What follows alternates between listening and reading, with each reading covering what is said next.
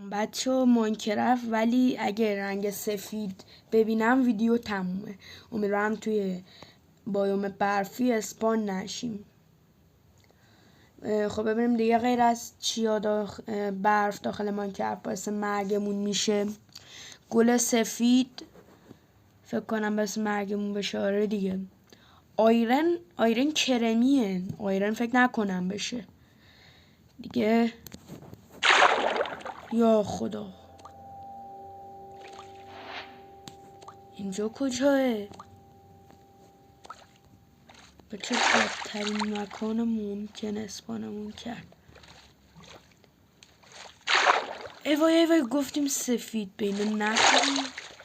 بچه ها گفتیم سفید و اینا چیزن، سند کرمیه.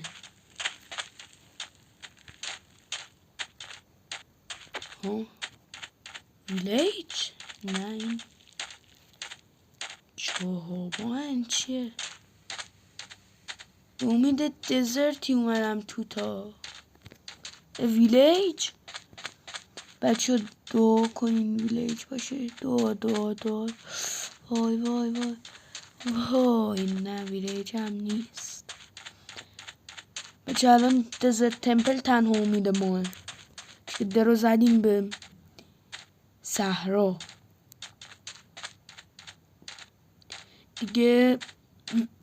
من الان هیچ وسیله بر خودم اوکی نکردم حداقل برم داخل این بایوم چوبیه کم.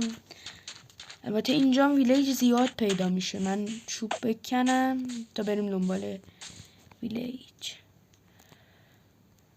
بچه اومدم بگم من به خاطر 2 دلیل باختم. این چیزا هست رو کرافتینگ تیبله ها، اینا رنگشون سفیده. تازه الان اینم که توی اینونتوری جابجا میکنه دورش سفیده. عددا هم حتی سفیده، نوشته هم سفیده.